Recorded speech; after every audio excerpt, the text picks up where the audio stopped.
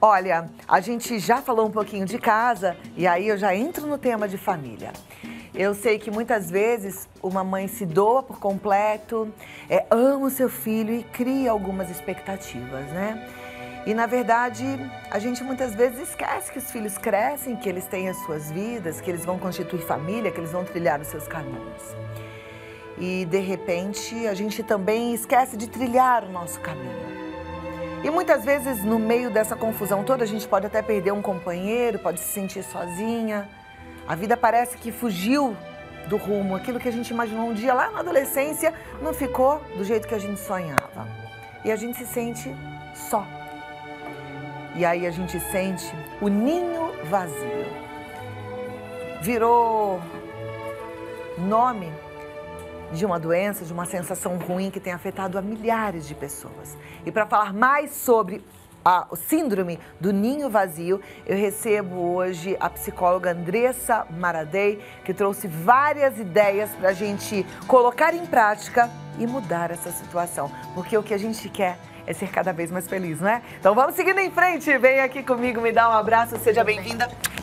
Muito bom obrigada. A gente poder falar de síndrome do ninho vazio. Aliás, eu até falei, vou corrigir, que é considerado uma doença, mas é considerado uma síndrome, né?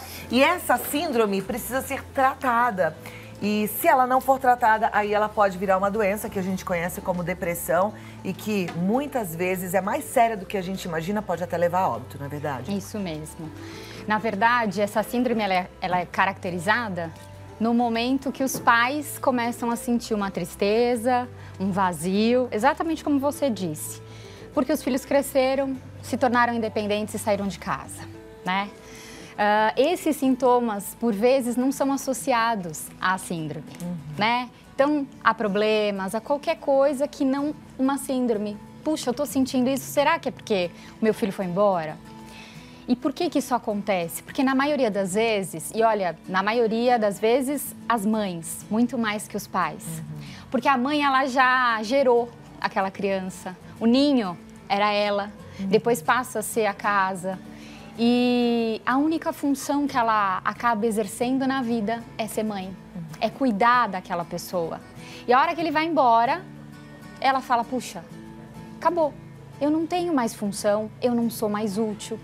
Então, esses sintomas que aparecem, sentimento de incapacidade, tristeza, ela começa a perceber por vezes que ela não se concentra mais para fazer as coisas, que ela não quer sair da cama, que ela está desanimada.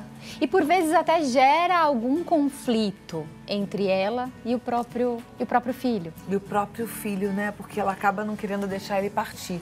Tem uma tela com sintomas para que fique bem claro, para você perceber, para você ver se você se identifica com eles. Pode colocar, olha, tristeza, sensação de vazio, depressão, distúrbios do sono. As mulheres às vezes estão com insônia e isso já é um sintoma desse distúrbio. É bom prestar atenção nisso e não deixar isso crescer, não é verdade? É isso mesmo. Por vezes, sentimentos de raiva, irritação. Então, eu estou irritada, mas ela não identifica que é por causa disso. Até porque toda mãe quer o quê? Que o filho seja feliz. Então, por vezes, é até inconsciente. Bom, ela tem quer também que ele distúrbios cresça. alimentares e até um problema na libido, né? Quer dizer, que tudo isso também junta com aqueles sintomas parecidos com a da menopausa, né? Isso. Eles são bem similares. Imagina que a gente vai falar de duas coisas que estão casadas, porque a mulher, quando o filho parte, normalmente, ela também está entrando na menopausa. Exatamente. Fase difícil. Mas tem saída. Isso é que é bom. E é por exatamente. isso que a gente está aqui hoje, sabe, Andressa, para falar dessas saídas. Porque não adianta a gente ficar identificando os sintomas e falar, ai, coitadinha de mim, tô sofrendo, tá tão triste, tá tão duro, né? Não, adianta a gente entender o que é que dá para fazer. Ontem eu postei, na hora de dormir já, depois vai lá no meu Instagram, quem não me segue, vai lá, que eu postei um texto que faz sentido nesse momento, que fala sobre a importância da gente renovar nossa mente. O nosso jeito de pensar precisa ser diferente para a gente atacar esses sintomas e mandar fora a possibilidade de uma doença, não é? Então, mesmo. a gente precisa pensar realmente assim, como é que está a minha cabeça e alimentar os nossos pensamentos de forma positiva. Vamos conhecer uma história? Vamos. É a história da Eliana. Ela tem um único filho, o Otávio, e ele, indo para a faculdade, deixou a Eliana numa situação difícil. E ela contou como é que está sendo esse momento e a gente vai acompanhar agora. Otávio é um um rapaz de opinião, ele é firme no que ele quer, ele sabe o que ele quer. E os conflitos começaram a existir assim: olha, a mamãe não quer que você vá, ou não chega tão tarde, e ele sempre foi mais caseiro. E agora, neste momento, eu tô vivendo esta emoção dele ter conseguido galgar com merecimento dele a ida para a faculdade. Estou tentando o desapego, porque como ele vai para Botucatu, o Nesp fica em Botucatu, acredito que uns 250 quilômetros daqui, mas eu estou com medo, medo do que eu vou sentir daqui para frente, mas eu quero tentar me desapegar dessa nova situação que anda me perturbando. Eu sonho levando ele, eu sonho querer ir para lá, arrumar o cantinho dele, levar as coisinhas para ele da semana. E ele diz: não, mamãe, sou eu que vou para lá, mamãe, você vai ficar por aqui. Então ele quer essa nova vida e eu acho que eu tenho que ser parceira dele. Eu fiquei pensando também, puxa, como foi, veja, nós não pensamos nas nossas mães. Como foi difícil para mim quando eu fui embora, quando eu decidi que caminho eu ia seguir. Eu nem olhei para trás e nem liguei para ela todas as noites. Então, eu vou esperar que ele me ligue todas as noites. É isso. E a gente estava aqui pensando que todas passam por isso, né? A nossa querida lembrou da mãe, Exato. Eu lembrei da minha mãe quando eu vim embora para São Paulo, deixei minha mãe que estava com um filho estudando fora, uma filha numa outra cidade também fazendo medicina, e eu falei, vou casar, tchau. E a deixei, também deve ter sido doído, deve ter deixado o ninho vazio. Você vê o misto de sentimentos dela? Muita mistura. Ela tá feliz porque o filho tá buscando, mas ao mesmo tempo ela sente esse vazio. E isso é possível notar, por exemplo, com um filho pequeno, algumas mães que se separam e o filho vai passar o fim de semana ou as férias com o pai. Ela já sente aquele vazio. Só que ele volta. O filho que vai para a faculdade, não somente quando o filho casa e sai, que é mais velho, o filho mais novo, 16, 17 anos, né? Então, é o apego, é a questão do trabalhar esse desapego. E a única forma de trabalhar é ela buscando um outro objetivo para ela. Por isso é que a gente listou aí, olha, um caminho, né? 5 dicas para você colocar em prática para encontrar, te ajudar a encontrar esse caminho, tá certo? Isso mesmo. Então vamos começar e a gente vai tentar mastigar um pouquinho cada uma dessas dicas, Perfeito. Tá bom? Então vamos à primeira. Vai lá, coloca a tela aí pra gente acompanhar. Primeiro, entender a nova fase, ver uma nova perspectiva. Isso é importante. Isso, perceber que mudou, alguma coisa mudou, né? A fase era uma, agora a fase é outra. E a nova perspectiva é você analisar aquilo de um outro ponto de vista. Na verdade, a pessoa que tem essa síndrome, ela está sempre vendo o que falta e não o que ela já teve de ganho. Porque essa pessoa alcançou a independência, saiu de casa, porque ela ajudou. Ela, como mãe, foi lá, ela investiu no futuro dele, ela educou, né? Ele se tornou quem ele se tornou. Então, assim, ela é responsável também por isso. Então, olhar por um outro lado, puxa, que bom que ele está saindo, porque olha que maravilha que meu filho Missão se tornou. Cumprida, Missão né? cumprida. Então, assim, não olhar o que falta. Não olha o copo vazio, o que está faltando. Olha o copo cheio. O que você já conseguiu, o que você já conquistou. Olha quem você formou. Então, esse é entender a situação, perceber que mudou.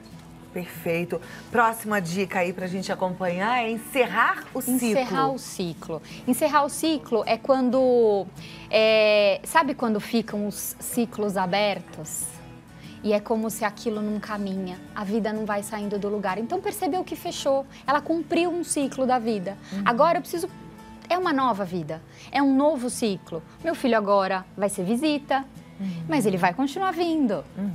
Então, olha de uma nova perspectiva e percebe, fechou esse ciclo, vamos abrir um novo. Perfeito. Hoje eu comecei o programa falando do reino de Deus, né? E agora eu me lembrei que lá na Bíblia a gente lê assim, que deixará o seu filho a sua casa, deixará seu pai e sua mãe, e eles se unem e constituem uma nova família, né? Isso. E a gente muitas vezes é, sim, cristão, entende, ama, quer o reino de Deus na nossa casa, mas não gosta dessa parte. Fala, como é que ele vai deixar a mim, ao meu marido, e vai fazer uma nova família com ela, que a gente nem conhece direito? A gente tem que colocar isso em prática também, né? O deixar ir. Deixar ir. Começar um novo ciclo. Exatamente, assim flui, né? E amar, né? E amar aos outros também, os que chegam. Isso acho que também é algo bom da gente praticar. Exercitar o amor Andressa, sempre. a próxima dica qual que é? A próxima dica é focar no lado positivo, né? E focar em situações prazerosas para ela. Então, assim, a minha vida acabou? Não. Agora está começando uma nova fase. Então, o que eu posso ver de bom? Quantas mães que eu vejo que voltaram a estudar depois que o filho saiu de casa. Voltaram a fazer aquilo que ela sempre quis fazer e nunca pôde. Mudou. E principalmente, tem um aspecto que eu vejo que ajuda muito, tanto no lado dela retomar, quanto na questão espiritual, que é quando ela faz trabalho solidário.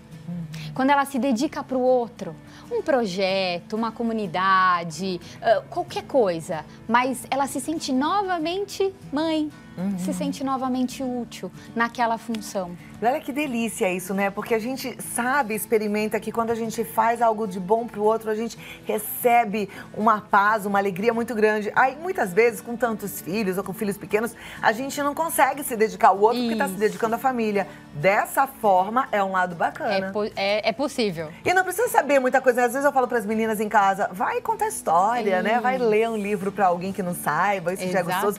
Tem aí as ONGs do abraço, vai dar um abraço, vai ser escuta. Tem ONGs que estão ali só pra você escutar o que o outro precisa desabafar. Dar de si. Não importa o quê.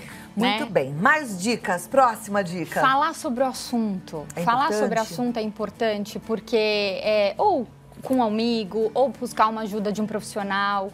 Não deixar aquilo passar. Porque aí você faz o quê? Entende. Aquilo é razoável para você, faz lógica, você começa a entender esse movimento. Então, não dá para esconder embaixo do tapete. Eu vejo algumas situações de mães duronas, sabe? Eu tô bem, eu tô ótima, imagina, era tudo que eu queria, que meu filho saísse de casa. Só que ela começa a ter esses sintomas e não associa, porque ela não aceitou, mas ela não percebeu. Então, assim, tô sofrendo mesmo, tá doendo mesmo, tá difícil, vamos conversar sobre isso? É mais fácil. Agora, assim, eu queria fazer um parênteses, porque a gente está falando bastante na situação da mãe que tem seus filhos vivos e que foram estudar ou que foram partiram para uma nova vida casando, né? Mas eu quero lembrar aqui também das mães que perderam seus filhos, que ficaram órfãs de filhos, né? E aí eu acho que é uma dor diferente, porque partiu, não vai ter, não vai dar para matar a saudade. Aí ela vai precisar elaborar o que a gente chama de luto, né? Que é um pouquinho diferente da síndrome do ninho vazio. O ninho tá vazio, mas ali tem uma esperança, porque eu ainda vejo, eu ainda converso, eu ainda ligo, por mais que esteja longe. O luto já é um pouquinho diferente, porque ela vai passar por uma fase de negação, depois uma fase de tentar entender essa relação, como é que vai embora, para depois passar pelas fases da aceitação. E aí sim, mas se você vê a relação que tem os dois, de alguma forma, não dá certo a gente colocar todas as nossas expectativas no outro. A minha felicidade é aquilo, não eu. Né? Então, assim, ela precisa olhar para ela. Quais são os meus gostos, meus objetivos? O que eu quero para mim? É junto, porque a hora que a pessoa sai, aí fica aquele vazio.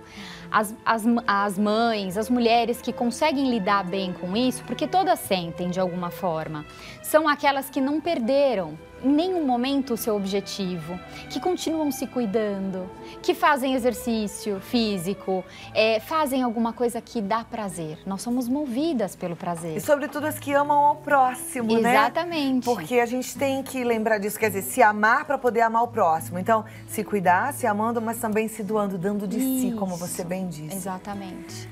Olha, Andressa, eu acho que a gente deve ter retocado aí em alguns pontinhos, né? Talvez tenha tocado numa ferida e como a gente ouviu aqui, como a gente está aprendendo aqui, é importante a gente lidar com a situação, reconhecer a situação, reconhecer as nossas dores, mas entender que dá pra gente ressignificar e seguir em frente. Exatamente. Procurar fazer algo para ela, cuidar dela.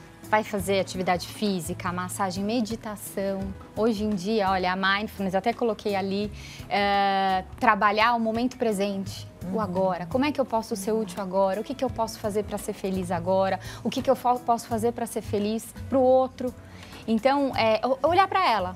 Ela tem que ver que essa é uma oportunidade e não um vazio. Uma oportunidade dela dar um outro passo na vida dela. Bora, vamos? Vamos viver? Dar outro passo? Muito obrigada, Imagina. Andressa Maradei. Ela está no andressamaradei.com.br. Se você quiser mandar um WhatsApp, marcar um bate-papo 011 99869 3839. Uma Muito alegria obrigada, te receber. viu? Muitíssimo Prazer obrigada, foi viu? meu, querida. Opa! Desequilibrei aqui. Obrigada. Gente, tem que viver sem vergonha de ser feliz e lembrando que a gente tem um compromisso com Deus diante da nossa vida, diante das nossas escolhas. A gente não pode viver mais ou menos. A gente não tem o direito de ser infeliz com uma vida linda que Ele deu pra gente, por mais que a gente tenha problemas. Aliás, Jesus disse, no mundo tereis aflições. Eu venci o mundo e vocês também vão vencer. Acredite. E outra, Ele foi, mas não, tá vivo com a gente, o Espírito Santo, dando força, encorajando, fazendo a gente seguir em frente. Bora! Vamos viver?